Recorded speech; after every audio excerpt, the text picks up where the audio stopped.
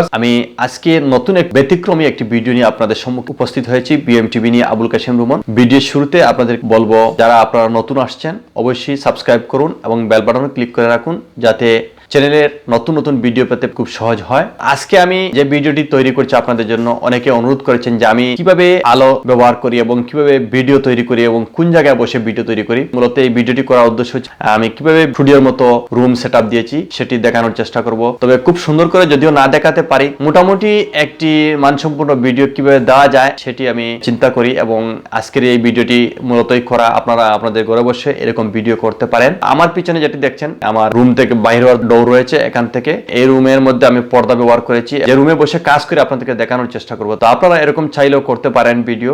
অনেকে আমাকে অনুরোধ করেছেন যে আমি কিভাবে ভিডিও করি এবং কিভাবে আমি রুম সেটআপ দিয়েছি সেটি দেখার জন্য।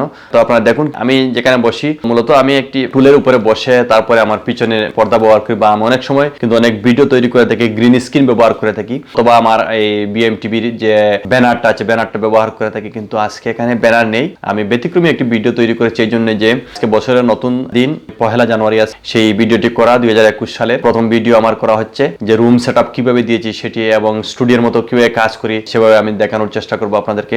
আজকের যে ভিডিওটি হচ্ছে আমি আপনাদেরকে দেখাচ্ছি, আমার পিছনে আমি পর্দা দিয়েছি, তারপরে একটি ফ্লাওয়ার দিয়েছি, এখানে টুলের উপরে বসে ভিডিও তৈরি করি আপনাদের জন্য। মূলত এখানে পিছনে আমার অনেক সময় গ্রিন স্ক্রিন ব্যবহার করি বা আমার ব্যানার ব্যবহার করে থাকি, কিন্তু আজকে ব্যানার দেই নাই, তো ব্যানার ছাড়া আমি কাজ করছি। তারপরে আমার কিভাবে রুমটা সেটআপ দিয়েছি আপনাদেরকে দেখানোর চেষ্টা করি, আমি কিভাবে কাজ করি। আমি যেখানে ক্যামেরা বসাই, মোবাইল দিয়ে আমি অনেক সময় ক্যামেরা করে থাকি। এই হচ্ছে আমার স্ট্যান্ড, এই স্ট্যান্ডের মধ্যে আমি মোবাইল বসে অনেক সময় ভিডিও তৈরি করে থাকি। এই জায়গায় আমার সব সময় এটা থাকে, যেহেতু এই রুমে অনেক সময় অনেকে কম আসেন, যাতে আমি কাজ করি সব সময়। আমি আপনাদেরকে এই রুমগুলা, পুরো রুমটা কিভাবে সেট আপ করেছি এটা আপনাদেরকে দেখাচ্ছি, আপনারা দেখে নিতে পারেন। এরকম যদি রুম করতে পারেন আপনারা, তাহলে আমার মনে হয় আপনাদের স্টুডিও ভাড়া করা লাগবে না, আপনাদের এখানে বসে আপনারা কাজ করতে পারবেন।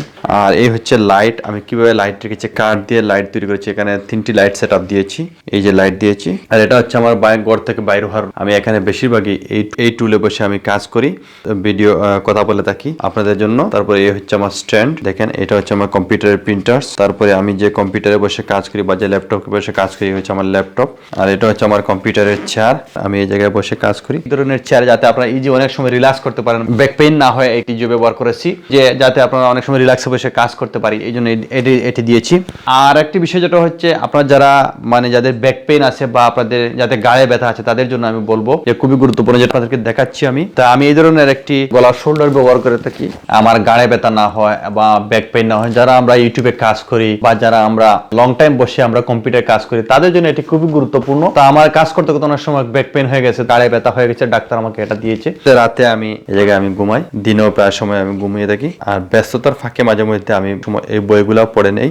আমি যে ধরনের বইগুলো পড়ি, বিভিন্ন উপন্যাস পড়েছি, এই উপন্যাসগুলো আমি পড়ে থাকি। সাংবাদিকতার উপরে, আমি যেহেতু সাংবাদিক মানুষ, এই বইগুলা আমি পড়েছি। মোটামুটি এই সবগুলো বই পড়া হয়ে গেছে। আর এটা হচ্ছে আমার কম্পিউটার রিলেটেড বই, আইন সংক্রান্ত দণ্ডবিধি বোর্ডের ডিকশনারি রয়েছে, বাংলা অভিধান রয়েছে, বিভিন্ন বানান টানান দেখতে অনেক সময় প্রয়োজন হয়। আমি প্রায় সময় হোমিওপ্যাথিক বইগুলো অনেক সময় পড়ে থাকি। তারপরে আমি রুমের নিচে এই যে কার্পেটিং করে রেখেছি, পুরো মতো একটি স্টুডিও মনে হয়, বোঝা যায় না যে আমি কিভাবে কাজ করছি, কোথায় কাজ করছি। এই লাইটগুলো আমি জ্বালিয়ে রেখেছি যাতে ভিডিওর আলো ঠিক মতো পর্যাপ্ত পরিমাণ আপনারা পেয়ে থাকেন। আরেকটি বিষয় যেটা হচ্ছে, আপনারা আরেক ধরনের কাজ করতে পারেন, সেটি হচ্ছে খুবই গুরুত্বপূর্ণ বিষয়, যেটা হচ্ছে আপনারা যে এই ডায়াল রয়েছে রুমের মধ্যে, যদি আপনারা স্টুডিও সেট আপ করে নিতে, তাহলে আপনারা এখানে রং করে নিতে পারেন, ডিস্টেম্পার রং অথবা পেইন্ট করে নিতে পারেন, যাতে আপনারা বসে যে কোনো একটি ফাঁকা জায়গায় বসে আপনারা ভয়েস দিতে পারেন বা ভিডিও ক্লিপ সহজে তৈরি করতে পারেন। এইভাবে আপনারা তৈরি করতে পারেন। এই যে রুমের উপরেও আমি রেখেছি, সবগুলো কালার করে রেখেছি সব। এই হচ্ছে মোটামুটি আমার ভিডিও। এই ভিডিওটি আপনাদেরকে দেখালাম, হয়তো অনেকের খারাপ লাগতে পারে যে এটা কি দেখাচ্ছি, কিভাবে একটি স্টুডিওর মতন আপনারা সেট আপ করে নেবেন,